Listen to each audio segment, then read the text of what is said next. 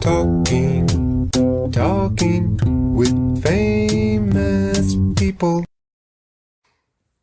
Hi friends, my name is host Eric. I'm a typologist, and I'm answering the question today, so what are introversion and extroversion?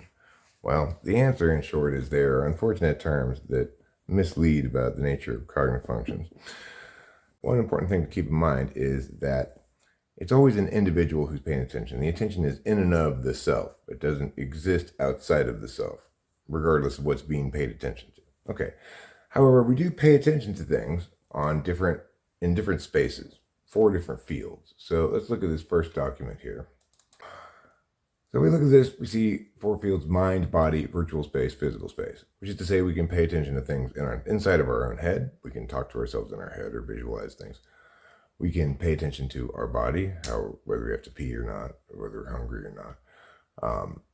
We can pay attention to virtual space like this, where things are being discussed by symbolic languages, in this case, actually just straightforward language, but or we could pay attention to a physical space, such as objects in the room.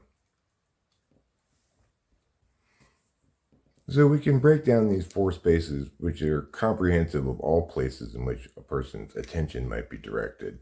The top 2 is communicative, primarily spaces, and the bottom 2 is experiential spaces, more, inherently, right? So it might be tempting then to say, well, golly gosh and gee, surely it is the case then that the communication functions are TINI on the inside in your mind, FENE on the outside, virtual space, FISI on the inside for your body, and TESC for physical space.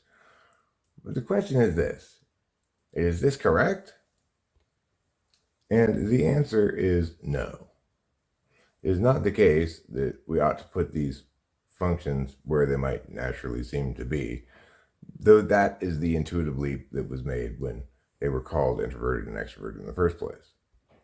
Instead, let's look here at the 4 fields, and it shows that you can pay attention on any of those 4 fields with any of the functions. And I can give examples for each one. Let's take TI, for example. I can have a disinterested calculation about my thoughts inside of my head. I can have a disinterested calculation of words external to me. I can have a disinterested calculation of, say, a physical phenomenon in a circuit, an electrical circuit that operates according to logic principles.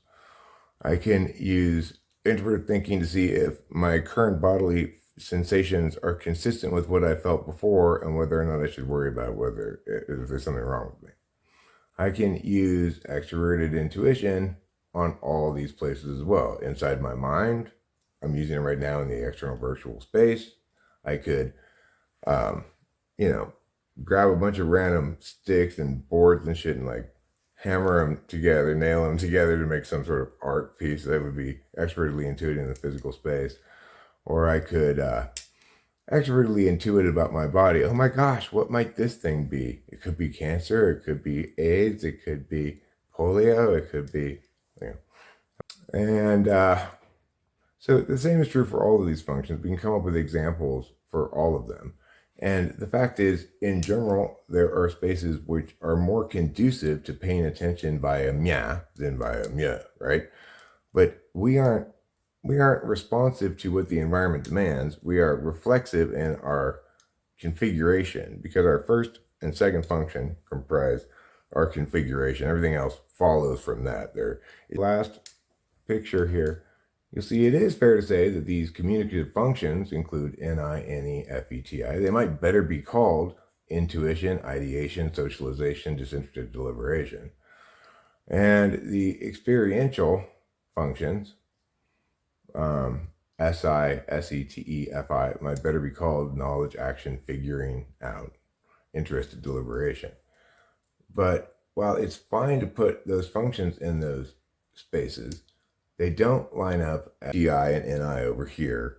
It doesn't work like that, because where you pay attention and how you pay attention, you're going to pay attention how you pay attention wherever you're paying attention. So accordingly, the terms extroverted and introverted are misleading and shouldn't have ever been used in the first place. I get the idea of wanting to have this commonality, like, FEFI, have the symmetry to it. So that's why it's done that way. I just wish instead of introvert, extrovert, it said something like agential, epistemological, something like that, Anyway, thanks for watching. Have a good day. Talking with famous people.